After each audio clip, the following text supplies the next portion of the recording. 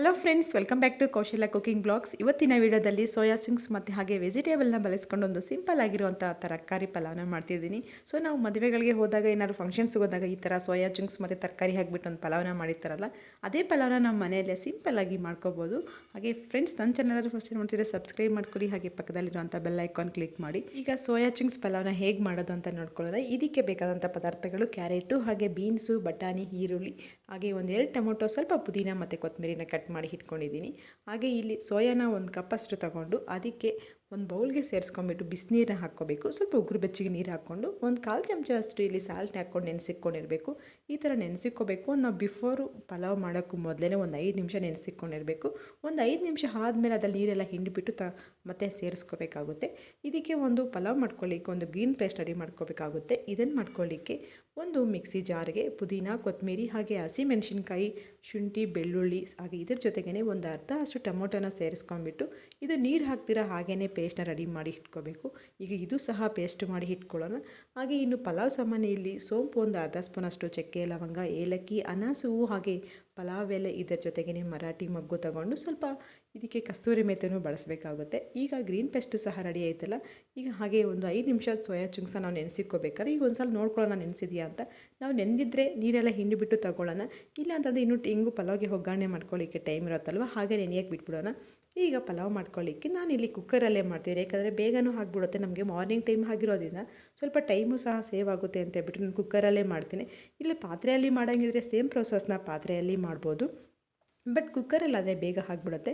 ಇದಕ್ಕೆ 8 ರಿಂದ 9 ಸ್ಪೂನಷ್ಟು ಆಯಿಲ್ನ ಸೇರಿಸ್ಕೊಂಡು ಒಂದು 2 ಸ್ಪೂನಷ್ಟು ತುಪ್ಪ ಸೇರಿಸ್ಕೊಂಡ್ಬಿಟ್ಟು ಇದಕ್ಕೆ ಆಯಿಲು ಮತ್ತು ತುಪ್ಪ ಎರಡು ಬಿಸಿ ಆದಮೇಲೆ ಇದಕ್ಕೆ ನಾವು ತೊಗೊಂಡಂಥ ಪಲಾವ್ ಸಾಮಾನು, ಕಸ್ತೂರಿ ಮೆಥಿ, ಹಾಗೆ ಪಲಾವ್ ಎಲೆ, ಚಕ್ಕೆ, ಲವಂಗ, ಏಲಕ್ಕಿ ಇದೆಲ್ಲ ಸೇರಿಸ್ಕೊಂಡ್ಬಿಟ್ಟು ಜಸ್ಟ್ 1 ರಿಂದ 2 ನಿಮಿಷ ಫ್ರೈ ಮಾಡ್ಕೋಬೇಕು. ಆಮೇಲೆ ಇದಕ್ಕೆ ಈರುಳ್ಳಿನ ಸೇರಿಸ್ಕೊಂಡು ಫ್ರೈ ಮಾಡ್ಕೊಳ್ಳೋಣ. ನಾನಿಲ್ಲಿ ಮಾಡ್ತಿರೋದು 4 ಜನಕ್ಕೆ ಆಗೋಷ್ಟು ಕ್ವಾಂಟಿಟಿ ಮಾಡ್ತೀನಿ, ಆದ್ದರಿಂದ ನಾನಿಲ್ಲಿ ಕ್ವಾಂಟಿಟಿ ಎಲ್ಲ ಸ್ವಲ್ಪ ಕಮ್ಮಿ ತೊಗೊಂಡಿದ್ದೀನಿ. ನೀವೇನಾದ್ರು ಇನ್ನೂ ಸ್ವಲ್ಪ ಜಾಸ್ತಿ ಕ್ವಾಂಟಿಟಿ ಮಾಡೋಂಗಿದ್ರೆ ಎಲ್ಲ ಕ್ವಾಂಟಿಟಿನೂ ಜಾಸ್ತಿ ಮಾಡ್ಕೊಳ್ಳಿ. ಈ ಥರ ಪಲಾವ್ ಅಂತೂ ನಾವು ಮದುವೆಗಳಿಗೆ ಏನಾದ್ರು ಫಂಕ್ಷನ್ಸ್ಗೆ ಹೋದಾಗ ತಿಂತೀವಲ್ಲ, ಅದರಲ್ಲಿ ಸೋಯಾ ಮತ್ತು ತರಕಾರಿ ಎರಡನ್ನೂ ಹಾಕಿ ಮಾಡಿರ್ತಾರಲ್ಲ, ತುಂಬಾ ಚೆನ್ನಾಗಿರುತ್ತೆ ಈ ಥರ ಪಲಾವ್ ಅಂತೂ. ಈಗ ಇದಕ್ಕೆ ಈರುಳ್ಳಿ ಎಲ್ಲ ಫ್ರೈ ಆದಮೇಲೆ ಹಾಗೆ ಸ್ವಲ್ಪ ಪುದೀನ ಮತ್ತು ಕೊತ್ತಂಬರಿನ ಸೇರಿಸ್ಕೊಂಡು ಫ್ರೈ ಮಾಡ್ಕೋಬೇಕು. ಆಮೇಲೆ ಇದಕ್ಕೆ ತರಕಾರಿನ ಸೇರಿಸ್ಕೋಬೇಕು. ಇಲ್ಲಿ ತರಕಾರಿ ಅನ್ನೋದು ನಮ್ಮ ಆಪ್ಷನ್, ಯಾವ್ದು ಬೇಕಿದ್ದರೂ ಹಾಕ್ಕೋಬೋದು.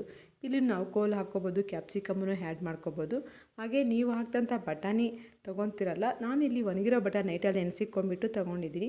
ನೀವು ಬೇಕಾದ್ರೆ ಹಸಿ ಬಟಾಣಿನ ತೊಗೊಂಡು ಹಾಕ್ಕೋಬೋದು.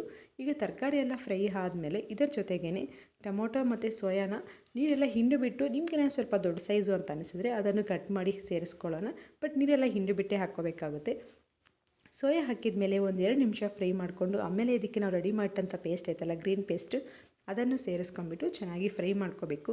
ಹಾಗೆ ಸೋಯಾಗೆಲ್ಲ ಉಪ್ಪು ಹಾಗೆ ಖಾರ ನಾವೆಲ್ಲ ಹಾಕಿರ್ತೀವಲ್ಲ, ಹಸಿಮೆಣಸಿನ್ಕಾಯಿ, ಅದು ಚೆನ್ನಾಗಿ ಹಿಡಿಬೇಕು. ಈಗ ಇದಕ್ಕೆ 1 ಸ್ಪೂನಷ್ಟು ಧನಿಯಾ ಪುಡಿ ಸೇರಿಸ್ಕೊಳ್ಳೋಣ.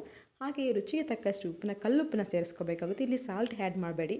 ಕಲ್ಲುಪ್ಪು ಹಾಕೋದ್ರಿಂದ ಪಲಾವ್ ಇನ್ನಷ್ಟು ಟೇಸ್ಟಿಯಾಗಿ ಬರುತ್ತೆ. ಈಗ ಇದನ್ನೆಲ್ಲ ಒಂದು ಸಲ ಮಿಕ್ಸ್ ಮಾಡ್ಕೊಂಬಿಟ್ಟು ಹಾಗೆ ಜಸ್ಟು ನಾವು ಹಾಕಿದಂಥ ಮಸಾಲೆ ಎಲ್ಲ ಇರುತ್ತಲ್ಲ, ಅದೆಲ್ಲ ಸ್ವಲ್ಪ ಆಯಿಲ್ ಬಿಟ್ಕೊಳ್ಳೋವರೆಗೂ ಫ್ರೈ ಮಾಡ್ಕೊಳ್ಳೋಣ. ಆಮೇಲೆ ಇದಕ್ಕೆ ನಾವು ಎಷ್ಟು ಕ್ವಾಂಟಿಟಿಯಲ್ಲಿ ಅಕ್ಕಿ ತೊಗೊಂಡಿರ್ತೀವಿ ಅದಕ್ಕೆ ಡಬಲ್ ಕ್ವಾಂಟಿಟಿಯೆಲ್ಲ ನೀರನ್ನ ಸೇರಿಸ್ಕೋಬೇಕಾಗುತ್ತೆ. ಸೊ ನಾವು ಮಸಾಲೆ ಎಲ್ಲ ಹಾಕಿರ್ತೀವಲ್ಲ ಮಿಕ್ಸಿ ಜಾರ್ಗೆ, ಅದೇ ಮಿಕ್ಸಿ ಜಾರ್ಗೆ ಸ್ವಲ್ಪ ನೀರು ಹಾಕ್ಕೊಳ್ಳೋಣ. ಆ ಮಸಾಲೆ ಯಾಕೆ ಸುಮ್ಮನೆ ವೇಸ್ಟ್ ಮಾಡೋದು ಅಂತ ಹೇಳ್ಬಿಟ್ಟು ಈಗ ನಾನಿಲ್ಲಿ 2 ಲೋಟ ಅಷ್ಟು ಅಕ್ಕಿ ತೊಗೊಂಡಿದ್ದೆ, ಅದಕ್ಕೆ 4 ಲೋಟ ಅಷ್ಟು ನೀರನ್ನ ಸೇರಿಸ್ಕೊಂಬಿಟ್ಟು ಚೆನ್ನಾಗಿ ಕುದಿಯೋಕ್ಕೆ ಬಿಟ್ಬಿಡಬೇಕು. ಹಾಗೆ ಅಕ್ಕಿನ ಮೊದಲೇ ನೆನೆಸಿಟ್ಕೊಂಡಿರಬೇಕು. ಸೊ ನಾವು ಪಲಾವೆಲ್ಲ ತರಕಾರಿ ಕಟ್ ಮಾಡ್ಕೊತೀವಲ್ಲ, ಒಂದು 10 ನಿಮಿಷ ಮೊದಲೇ ನೆನೆಸಿಕ್ಕೋರಿಂದ ರೈಸು ತುಂಬ ಉದುರುದ್ರಾಗೂ ಆಗುತ್ತೆ, ತುಂಬ ಚೆನ್ನಾಗಿ ಸಾಫ್ಟಾಗೂ ಆಗುತ್ತೆ. ನಾನಿಲ್ಲಿ ತೊಗೊತಿರೋದು ಬುಲೆಟ್ ರೈಸ್ನ ತೊಗೊಂಡಿದ್ದೀನಿ. ಒಂದು 10 ನಿಮಿಷ ಮೊದಲೇ ನೆನೆಸಿಕ್ಕೊಂಬಿಟ್ಟಿದ್ದೆ. ಈಗ ನೀರೆಲ್ಲ ಚೆನ್ನಾಗಿ ಕುದಿ ಬಂದಮೇಲೆ, ಒಂದು ಕುದಿ ಬರ್ತಿರುತ್ತಲ್ಲ ಅಂಥ ಟೈಮಲ್ಲಿ ಅಕ್ಕಿನ ಸೇರಿಸ್ಕೊಂಬಿಟ್ಟು ಎಲ್ಲ ಒಂದು ಸಲ ಮಿಕ್ಸ್ ಮಾಡ್ಕೊಳ್ಳೋಣ. ಹಾಗೆ ಉಪ್ಪು ಖಾರ ಎಲ್ಲ ಹೊಂದ್ಕೊಂಡಿದೆಯಾ ಅಂತ ಈ ಸ್ಟೇಜಲ್ಲೇ ಚೆಕ್ ಮಾಡ್ಕೊಳ್ಳಿ. ನಿಮ್ಗೇನಾದ್ರು ಉಪ್ಪು ಖಾರ ಕಮ್ಮಿ ಇತ್ತು ಅಂದರೆ, ಖಾರ ಕಮ್ಮಿ ಇತ್ತು ಅಂದರೆ ಒಂದು ಹಸಿಮೆಣಸಿನ್ಕಾಯಿ ಕಟ್ ಮಾಡಿ ಹಾಕ್ಕೋಬೋದು.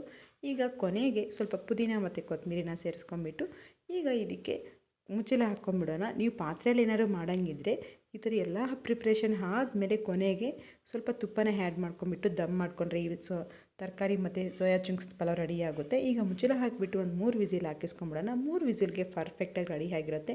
ಈಗ ಕುಕ್ಕರ್ ಪೂರ್ತಿ ತಣ್ಣಗಾದ್ಮೇಲೆ ನಿಮಗೆ ತೋರಿಸ್ತಿರೋದು, ಬಟ್ ನಿಮಗೆ ಲೈಟಿಂಗ್ಗೆ ಸ್ವಲ್ಪ ಗ್ರೀನ್ ಕಲರ್ ಎಲ್ಲ ಕಾಣ್ತಿದೆ, ಸ್ವಲ್ಪ ಲೈಟಾಗಿ ಕಾಣ್ತಿದೆ, ಬಟ್ ಫುಲ್ ಗ್ರೀನ್ ಕಲರ್ ಬಂದಿದೆ. ಈ ಸೋಯಾ ಮತ್ತು ತರಕಾರಿನ ಬಳಸ್ಕೊಂಡು ಈ ಪಲಾವ್ ಅಂತೂ ತುಂಬಾ ಚೆನ್ನಾಗಿರುತ್ತೆ. ಸೊ ನಾವು ಜಾಸ್ತಿ ಔಟ್ ಸೈಡಲ್ಲಿ ತಿಂತಿರ್ತೀವಲ್ಲ, ನಾನು ಪ್ರೀವಿಯಸ್ ವೀಡಿಯೋಸಲ್ಲೆಲ್ಲ ಇದು ಬರೀ ಸೋಯಾದಷ್ಟೇ ಪಲಾವ್ ತೋರಿಸಿದ್ದೀನಿ. ಬಟ್ ಈ ವಿಡಿಯೋದಲ್ಲಿ ಈ ತರಕಾರಿ ಮತ್ತು ಪಲಾವ್ ಎರಡು ತುಂಬಾ ಚೆನ್ನಾಗಿರುತ್ತೆ. ಸೇಮ್ ಸೋಯಾ ನಾನ್ ವೆಜ್ ತಿಂದ ಹಾಗೆ ಇರುತ್ತೆ, ಸೇಮ್ ಚಿಕನ್ ತಿಂದಂಗೆ ಇರುತ್ತೆ, ಅಷ್ಟು ಚೆನ್ನಾಗಿರುತ್ತೆ. ಇದಕ್ಕೆ ಕಾಂಬಿನೇಷನ್ ಅಂತಂದರೆ ಚಟ್ನಿ ಮತ್ತು ಮೊಸರು ಬಜ್ಜಿ ಕಾಂಬಿನೇಷನ್ ಸೂಪರಾಗಿರುತ್ತೆ. ನೀವು ಒಂದ್ಸಲ ಈ ರೆಸಿಪಿನ ಟ್ರೈ ಮಾಡಿ ಹೇಗೆ ಬಂದಿದೆ ಅಂತ ನನಗೂ ಕಮೆಂಟ್ ಮಾಡಿ. ಹಾಗೆ ಫ್ರೆಂಡ್ಸ್, ನಿಮ್ಗೆ ಯಾವುದೋ ರೆಸಿಪೀಸ್ ಬೇಕು ಅಂದರೆ ನನಗೆ ಕಮೆಂಟ್ ಮಾಡ್ತೀರಿ, ಆ ರೆಸಿಪೀಸನ್ನು ನಾನು ಮಾಡಿ ತೋರಿಸ್ತೀನಿ. ಹಾಗೆ ಈ ವಿಡಿಯೋಗೊಂದು ಲೈಕ್ನ ಮಾಡೋದನ್ನು ಮರಿಬೇಡಿ. ಹಾಗೆ ಈ ವಿಡಿಯೋಗೊಂದು ಲೈಕ್ನ ಮಾಡಿ, ಹಾಗೆ ಸಬ್ಸ್ಕ್ರೈಬ್ ಮಾಡ್ಕೊಳ್ಳಿ. Thank you for watching friends.